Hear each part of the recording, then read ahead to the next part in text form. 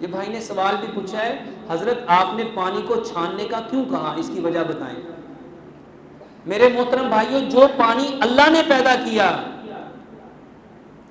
वो mineral water है, और ये जो पानी आप लेके आते हैं फिल्टरों से, रिफाइंड प्रोसेस, ये जो आप लाते हैं जिसको आप लोग समझते हैं मिनरल वाटर, ये मिनरल लेस वाटर है।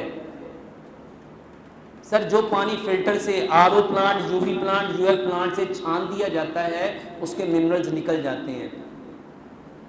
और मैं छानने को इसलिए कहता हूँ, जो पानी पाइपों से, मैं ये कहता हूँ जो पानी आपकी टैंकी से आ रहा है, जो आपके इलाके में एक टैंकी लगी है, उसको पाइप लगा के वासा के ज़रिए से आपके घर में भेजा जाता है, टैंकी में काई जम जाती है, पाइपों में जंग आ जाता है, कभी कभी वासा और सीवरेज का पानी भी मिल जाता है। मैं छानने को इसलिए कहता हूं कि अगर कहीं टैंकी में काई है, पाइपों में जंग है, तो आप कॉटन के कपड़े से उसको छानो।